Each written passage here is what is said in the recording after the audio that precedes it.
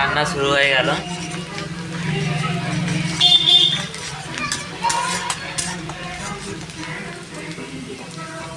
এই দেখুন মাংস রান্না করব। মাংস রান্নার মশলাটা বানাচ্ছি, দেখে না। ভাত সাইডে হচ্ছে, বের করে নেব। কোনটায় মাংস আছে, মাংস কিন্তু বেশি নেই। মশলা কিন্তু কষানো হয়ে গেল, একটু জল দেব। মাংস কিন্তু কষানো হয়ে গেছে, মশলাটা সরি।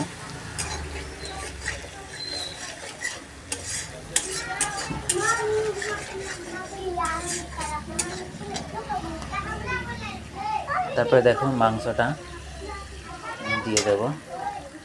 অল্পই মাংস আছে, বেশি নেই।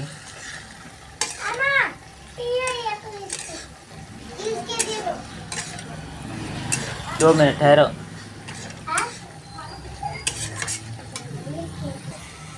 এটা ভালো করে নেড়ে চেড়ে এখন আমি ঢাকা দিয়ে দেব। লবণ পরিমাণ মতো দিয়ে দেব।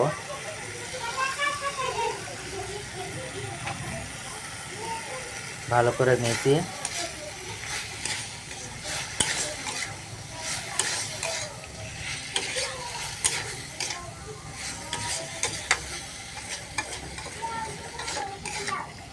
ভালো করে মিশিয়ে নিয়েছি। ততক্ষণে মাংসের মধ্যে যে জলটা ছেড়ে নিক। এখন আমি আলুটা দিয়ে দেব। ভালো করে এটা মিশিয়ে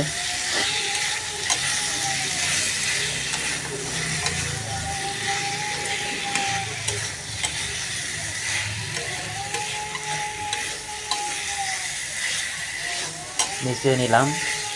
এটা ভালো করে সিদ্ধ হওয়ার জন্য একটু ঢাকনা দিয়ে রেখে দেব।